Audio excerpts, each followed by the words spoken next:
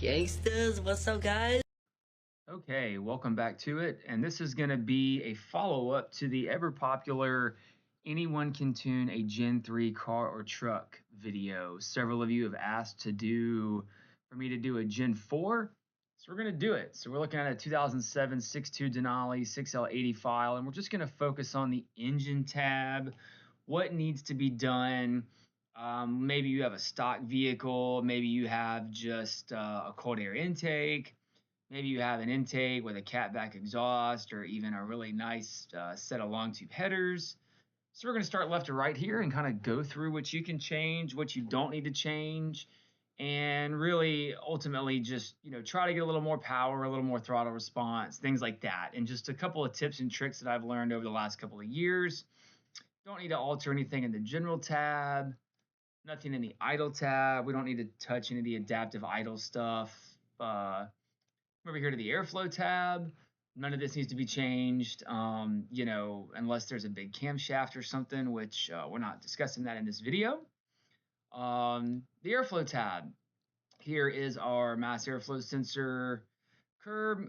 This is one of two tables. This is an older Gen 4 ECU, so if you're dealing with something later, Camaro or a Vet or later truck, you won't have that. So we have two here, our wide open throttle stuff somewhere out in this range. Come over here to dynamic. This is where everyone does the ever popular 400 and 300, and then the internet explodes because you shouldn't disable the virtual volumetric efficiency, which is up here. So this is the deal that GM put in place to calculate all the speed density coefficients.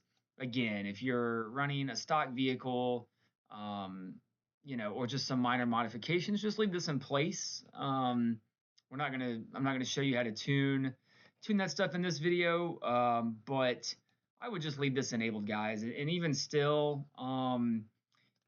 if we did put a camshaft or making modifications, I would still try to utilize, this. I mean, you don't, hopefully your mass airflow sensor never fails, but if it does, you would want it to revert to a VE table that will run and drive the vehicle. So I would just tell you not to disable this stuff. Just leave it in place. It's going to be fine. You're not going to make more power. You're not going to make less power. If you spend the time to tune it correctly, you'll probably get a little bit better, drivability. Some would disagree. I mean, it just kind of depends. If you're interested in learning how to tune your GM LS or LT car or truck with HP tuners, then you've come to the right place. I've got several playlists with Gen 3, 4, and 5, as well as automotive diagnostics and transmission tuning for you guys to view on the channel for free. If you're interested in remote tuning, you can go over to my website at gulfcoasttuningandcalibration.com. You can also sign up for our email list where I send out weekly emails with tuning tips and discounts, as well as you can go to our services section to see what everything costs and all of my pricing. We also have a facts section that you can breeze through, and we also have reviews where you guys can review and see what some of my customers have said about me. Now back to the video. Nothing here in the speed density tab that we need to mess with. That's all taken care of in the virtual volumetric efficiency. Electronic throttle, don't mess with any of this stuff. There's no need to do any of that.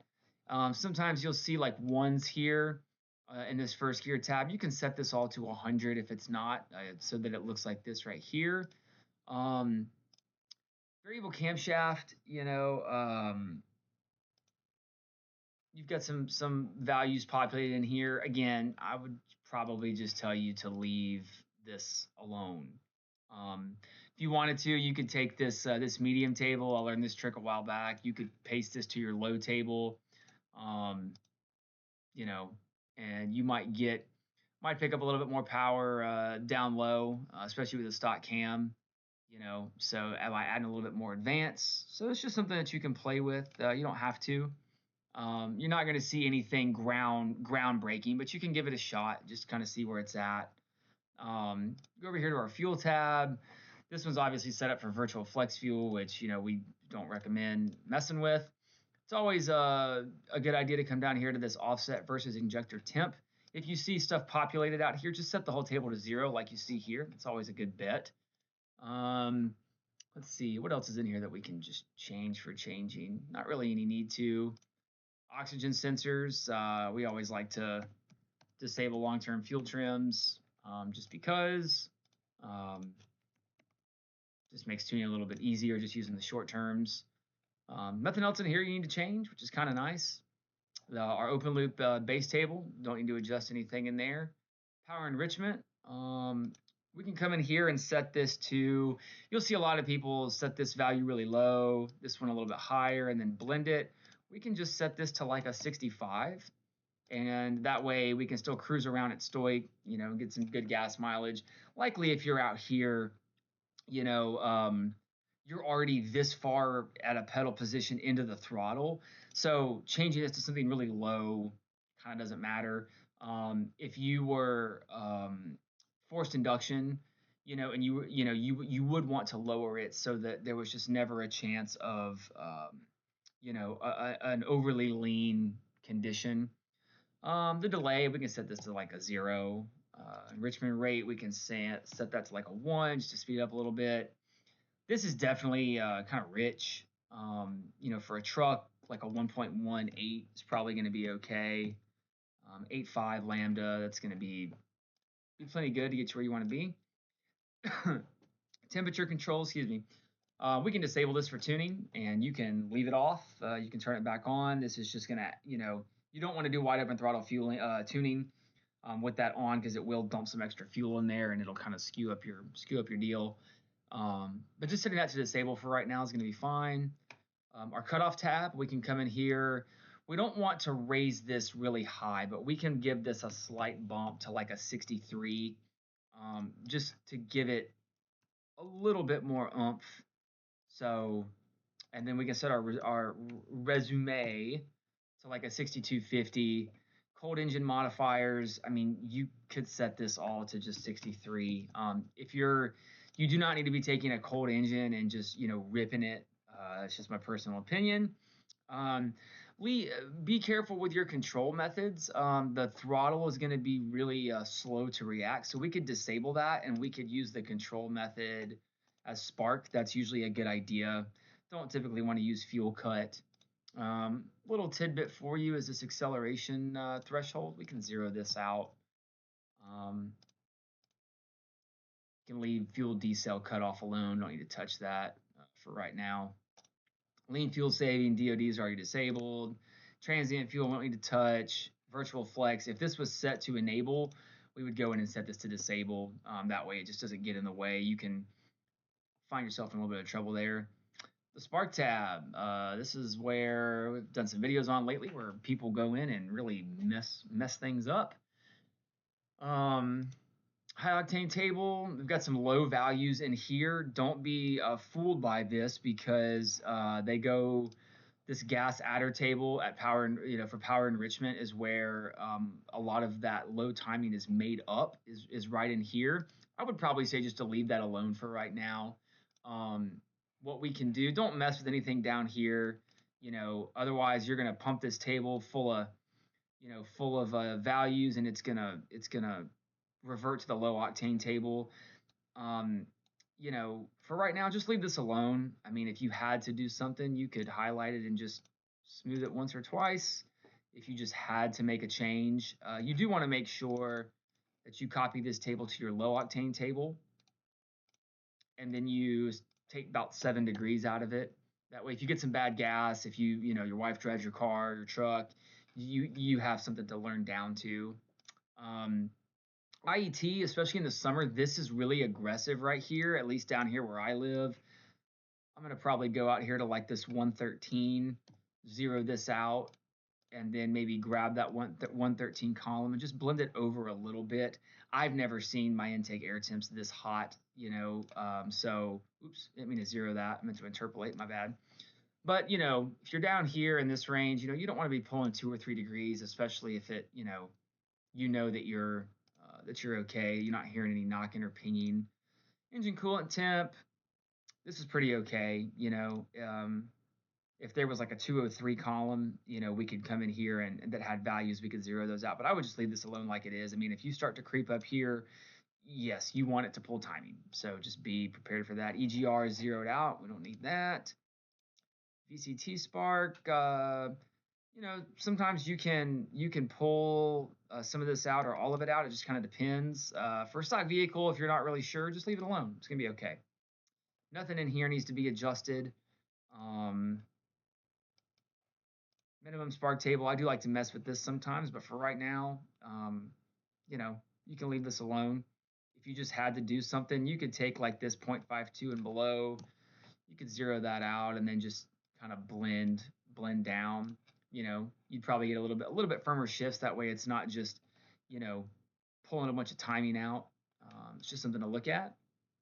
The spark retard section, the only thing I'm going to do here under the recovery rate is just come and do like a 0.203 at this 3000 RPM and above, just to speed it up some. Don't go in here and select 1.0. The recovery is going to be so fast that you're not going to, it's not going to let you know if it's actually pulling timing for a knock event. Burst knock, we are going to get rid of all this stuff. We do not need it. So just go ahead and zero all these out. That'll be fine. Some people will tell you that they've never even seen burst knock kick in, but just to be safe, we don't want it to kick in. Dwell, don't touch it.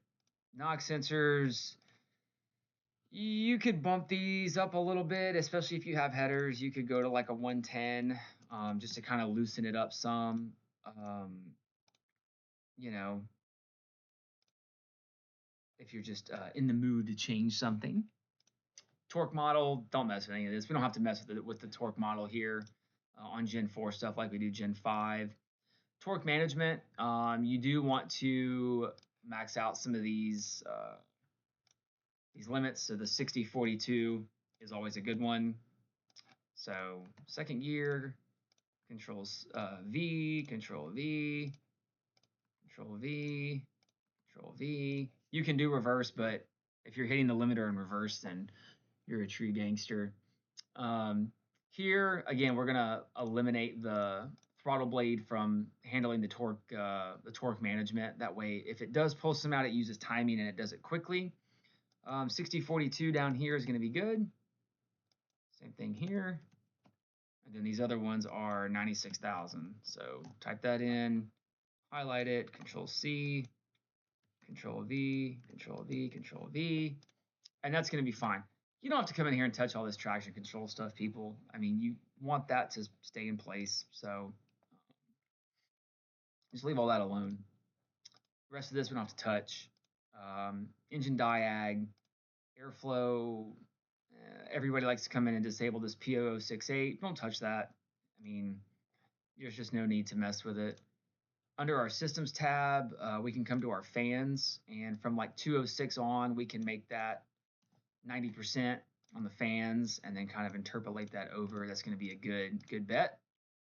Another little trick for our AC, disable RPM. I'm going to go like 4,000, and then I'm going to go like 3,900. Disable TPS 80%. This way, when the AC, when you're going wide open throttle, the AC will actually shut off. You pick up a little bit more oomph that way. That's kind of good. The only other thing is your gear and tire wizard. You know, make sure you enter in your gear ratio and your tire size. If you're unsure of what your actual tire size is, you can come up here to tools and go to unit conversion. So if you have a 265, 70, 16 or whatever, it'll puke out that tire size there for you, and you can enter that into your gear and tire wizard. Yeah, this is the kind of how to tune a Gen 4 for dummies. I have a Gen 3 video that did really well, and a lot of you guys have asked for a Gen 4. So this is how we would kind of do a base file minus the transmission tuning, which we've got plenty of videos on. So yeah, if you guys need anything, feel free to reach out and check out the new website. And I'll see you guys on the next one. Thanks.